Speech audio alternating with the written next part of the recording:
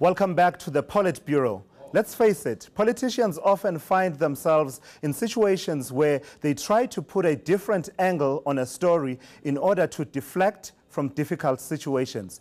I suppose you could say they try and spin information.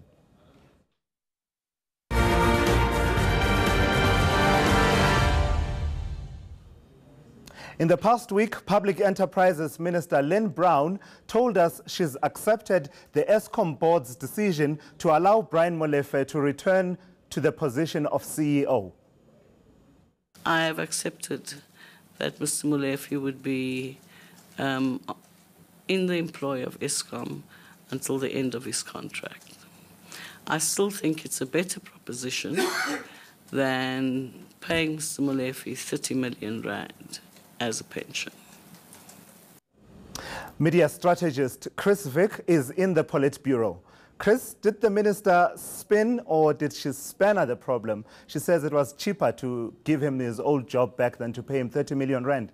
Well, I don't think she spun it or span it, to be honest. I mean, I think it's been completely mismanaged, this entire episode. I think the only thing Minister Brown got right was making that bowl of soup on the way to the press conference, which is the way she says she deals with issues of this nature.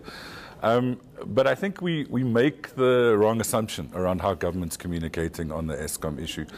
It was interesting listening to Ranjeni, Sydney and Aubrey earlier.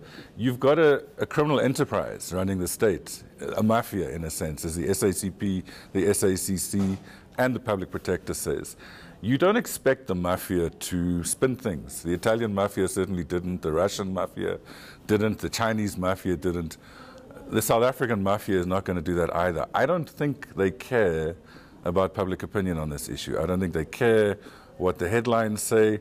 I think they're getting on with their job, and their job is to capture as much of the state as possible, to make as much money as possible out of state-owned enterprises like Eskom, and public opinion, too bad.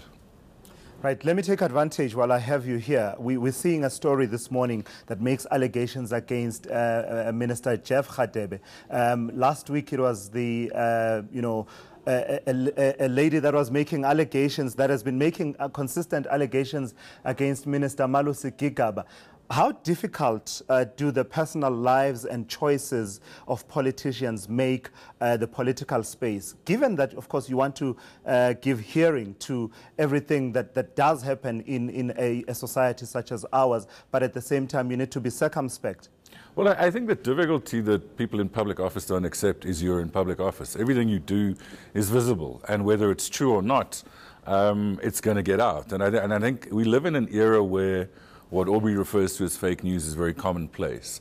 And one has to be quite suspicious about some of the issues that are emerging. I mean, the Jeff Radebe story today is very salacious, and it's not the first time we've read about the person who he's allegedly having correspondence with. I mean, I saw a piece in Sunday World, I think it was about 6 weeks ago, in relation to Cyril Ramaphosa. Now it's Jeff Radebe. There have been suggestions around President Zuma himself. The reality, though, is I think that if you are in public office, you have to be incredibly careful about what you do, what you say, what you tweet, who you talk to, what you post on public media, because it's a competitive environment, as you know. And there's already suspicion that this is a dirty tricks campaign against Jeff. Might be, might not be. But the solution is don't tweet, don't send WhatsApp messages that you don't want to end up in the Sunday Times. Thank you so much, Chris Vick. And with that, the PolitBureau is adjourned. We'll reconvene again next Sunday. Send us your video messages, of course, on WhatsApp, and your feedback and comments. Thank you for joining us.